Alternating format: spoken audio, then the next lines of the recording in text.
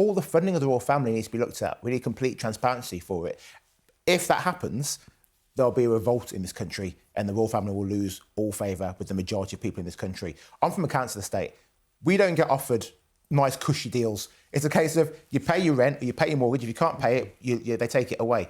Why are the royal family, who have just happened to be born into this life, being subsidised by us? And then Sophie and Edward are then making money by renting out stables on their farm, which money that should be coming back to the people. Should come back to the taxpayer via the Crown Estate. Instead, it's going in their pockets. This doesn't make any sense. But until we have complete transparency on all the finances for all of them, whether it's Edward to Prince Eugenie and Harry and Wills and Charles, when we finally get that, it won't be the end of the royal family, but people will be asking for them to have a lot less cash given to them. And this is the kind of legacy, if you like, of the Andrew scandal, is that there is going to need to be far greater transparency when it comes to their finances. You know, the deal that Andrew had at Royal Lodge and Edward and Sophie at Bagshot Park, they paid £5 million to extend their lease with the Crown Estate back in 2007.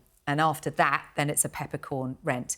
Now, these stables used to be the home of Ardent Productions, Prince Edward's TV production company. They've been rented out. They paused that in December, I believe. They're doing some renovation work before they're believed to go back on the market.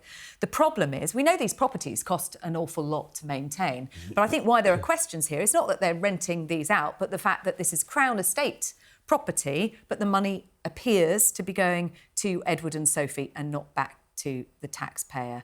And look, Edward and Sophie have been the kind of positive side of the royal family in recent years. Scandal-free.